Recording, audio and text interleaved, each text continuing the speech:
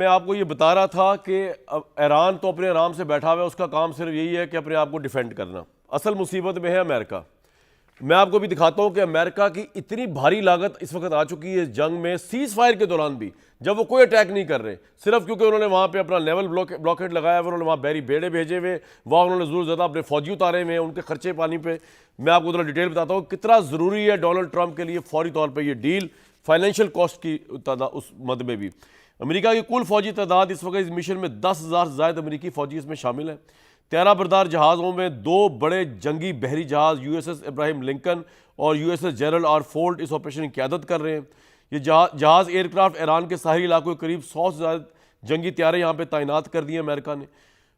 24/7 यहाँ पे पेट्रोलिंग होती है, लड़ाका त्यारे मुसलसल फ़िज़ा में मौजूद रहते हैं। ऑब्वियसली पेट्रोल का खर्चा भी इनका हो रहा है ताकि अहम समुद्री रास्तों की निगरानी की जाए। MQ-9 रेपर ड्रोन्स जो हैं वो तवील वक्त तक प्रवास करते हैं मालूमात इकट्ठी करने के लिए, निगरानी के लिए। अमेरिका के P-8 पोसिडॉन त्यारे जो हैं वो समुद्र में जहाज़ों को ट्रैक करते हैं, इंटेलिजेंस जमा करते हैं।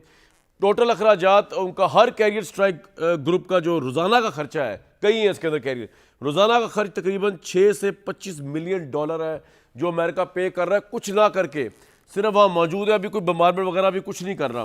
तो सैयद मोहम्मद अली साहब नेशनल इंटरेस्ट ड्राइव करता है, हमारा नेशनल इंटरेस्ट भी है, हमने रीजनल इंटरेस्ट भी देख रहे हैं, पूरी दुनिया के अमन को भी हम देख रहे हैं, हमें तो ये क्रेडिट जाता है। लेकिन ऑब्वियसली ईरान सिर्फ और सिर्फ अपना नेशनल इंटरेस्ट देख रहा होगा इस वक्त, भले उसके ताल्लुकात बड़े अच्छे होंगे रशिया के साथ, चाइना के साथ और हमारे साथ। तो ईरान रिगार्डलेस ऑफ जो डोनाल्ड ट्रंप फरमा रहे हैं उसको एक साइड पे रख दे, ईरान तो इस बात पर आएगा ना कि वो उसको ये ना कहा जाए कि जनाब आप सिविलियन उसके लिए भी न्यूक्लियर इनरिचमेंट नहीं कर सकेंगे, उसको चाहे डेरोगेटरी लग रहा हो या उसको ये डेरोगेटरी लग रहा हो कि उसका जो न्यूक्लियर वो जो मवाद है जो पता नहीं कहाँ दफन हो चुका हुआ है वो अमेरिका के हवाले किया जाए, उसको ये डेरोगेटरी लग रहा होगा कि स्टेट ऑफ हॉर्मस जो है वो अमेरिका के हवाले कर दी जाए। तो सर शराइत में भी तो मामला अटका हुआ है ना, सिर्फ लैंग्वेज की बात तो नहीं चल रही डोनाल्ड ट्रंप की। इमरान अली साहब, लैंग्वेज और शराइत के अलावा भी एक चीज़ बड़ी इंपॉर्टेंट है, जिस तरह अभी शमशाद साहब ने कहा। देखिए बात दरअसल ये है कि इनको जो इनका स्ट्रेटेजिक कल्चर है, यूं लगता है कि वो ईरान का उन्होंने थोड़ा सा मिसरीड किया है। और देखिए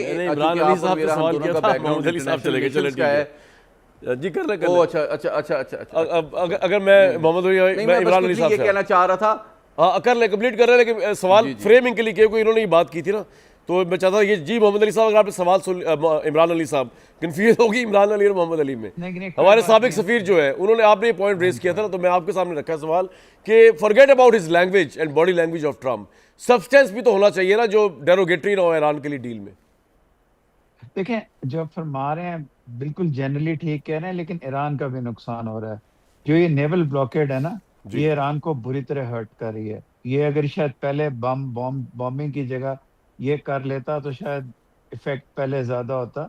ईरान एक्सपोर्ट नहीं कर पा रहा, ईरान की भी प्रॉब्लम है। और अगर ईरान पे सैंक्शंस लिफ्ट होती हैं तो ईरान के अवाम की भी बहुत बेहतरी हो सकती है। लेकिन आपकी बात सही है, जो ये आउटलाइन है इस डील की, वो इसको मैं सर शमशाद से और अली से एग्री करता हूँ। मैं स्ट्रेट बात करूंगा, डोनाल्ड ट्रंप को एटलीस्ट ये कहना चाहिए कि स्ट्रेट्स ऑफ हॉर्मुज के खुलने के बाद मैं या खुलने के साथ साथ मैं ब्लॉकेड लिफ्ट करूंगा। सबसे बुरी बात जो ये कर रहा है ना, वो ब्लॉकेड लिफ्ट करने की बात कर रहा है। जब टोटल एग्रीमेंट होगी उससे पहले मैं ब्लॉकेड लिफ्ट नहीं करूंगा। भैया अगर आपकी वजह से फील्ड मार्शल साहब ईरान गए तो आप भी ग्रेजुअली ब्लॉकेड लिफ्ट कर लेना। आप क्यों मजेद है इस बात पे कि आप ब्लॉकेड लिफ्ट नहीं करेंगे? तो ये है ये उनकी बात है। बाकी जो एग्रीमेंट के पॉइंट्स हैं वो सारे ईरान के लिए डेरोगेटरी नहीं है।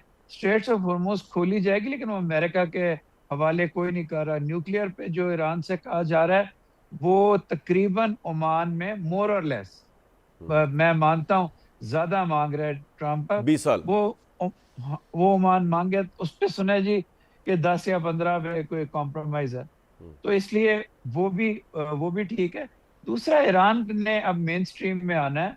मेरा ख्याल है ईरान को बहुत फायदा होगा अगर एक सक्सेसफुल ये अमन का क़याम होता है, स्पेशली इकोनॉमिकली।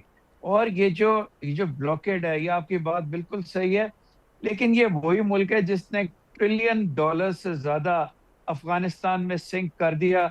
और जिस तरह सर शमशाद कह रहे थे, मुंह लेके